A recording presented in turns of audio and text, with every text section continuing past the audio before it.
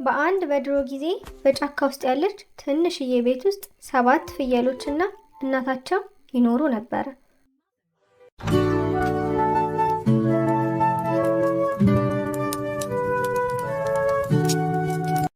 ሁልጊዜም 7ቱ ፍየሎች ይጫወቱና እናታቸውን ትጠብቃቸው ነበር።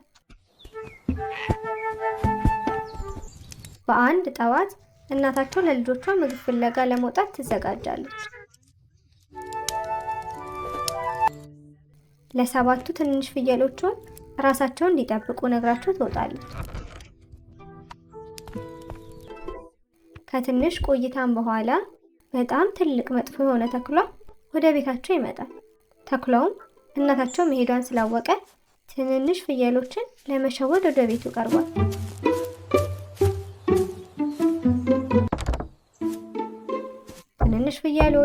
ትንንሽ ፍየሎች በሩን ክፈቱ፣ እናታችሁ ነኝ።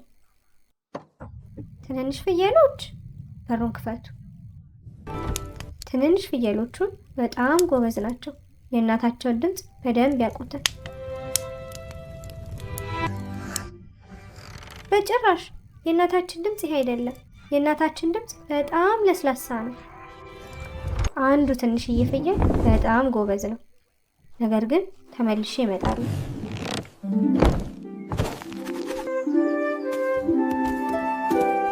ብልጥ የሆነው ተኩላ ወደ ማር መሸጫ ሱቅ በመሄድ ብዙ ማሮችን እየላሰ ድምፁን እንደ ፍየሎቹ እናት ያስመስላል። ወደ ቤቱም ለሁለተኛ ጊዜ ይመለሳል። በዚህም ሰዓት ድምፁ በጣም ለስላሳ ሆኖ ነበር። በሩን ክፈቺ የኔ ትንሽዬ ፍየል፣ እናትሽ ነኝ። ይሄ የእናታችን ድምፅ ነው። ይሄ የእናታችን እግር ግን አይደለም። ይሄ ጥቁር ነው።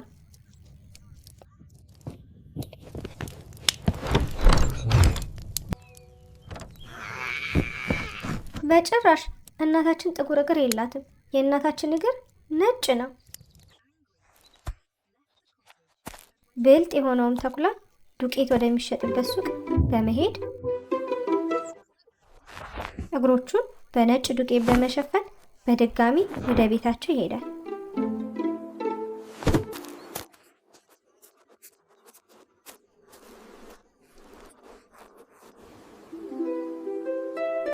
በሩን ክፈቱ የኔ ትንንሽዬ ፍየሎች፣ እናታችሁ ነኝ።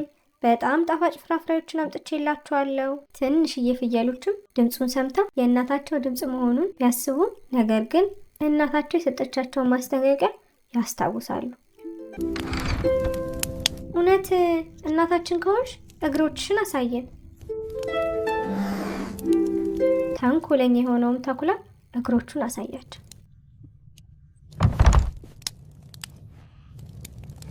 እግሮቹን ነጭ መሆኑን ካረጋገጡ በኋላ በሩን ከፈቱለት። ተመልከቱ፣ ተኩላው እዚህ ፊታችሁ ነው።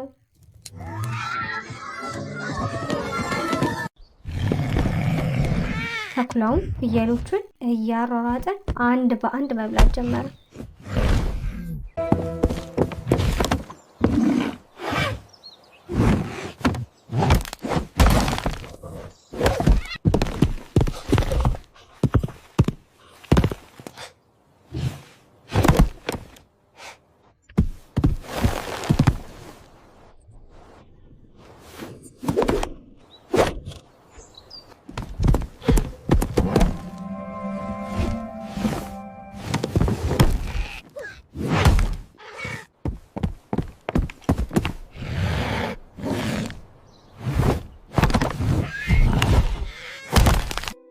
ሁሉንም ፍየሎች በልቶ ከጨረሰ በኋላ ተኩላ በአንድ ዛፍ ስር እረፍት አደረገ።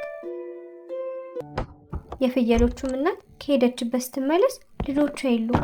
በጣም ደነገጠች። ቤቱም በጣም ተመሰቃቅሏል። እናቴ፣ ልጄ፣ ምንድነው የተፈጠረው? እናቴ፣ ተኩላው እህቶቼና ወንድሞቼን በላቸው። እናታቸውና ትንሿ ፍየል ፍለጋ ወጡ። በአንድ ዛፍ ስር ተኩላው ተኝቶ አገኙት። እናታቸውን በጥንቃቄ የተኩላውን ሆድ ቀደደችው። ሁሉንም ልጆቿን አንድ በአንድ አወጣቻቸው። በመቀጠል ሆዱን በከባድ በድንጋዮች ሞልታ ሰፋቸው። ከረጅም እንቅልፍ በኋላ ተኩላው ተነሳ። ተኩላውም ሲነሳ የመክበድና ውሃ የመጠማት ስሜት ተሰማው።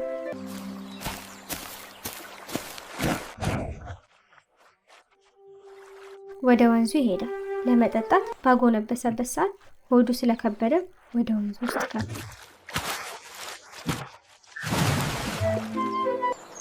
ይህም ቀን ካለፈ በኋላ ትንንሾቹ ፍየሎች በጣም ደስተኛ ሆኑ።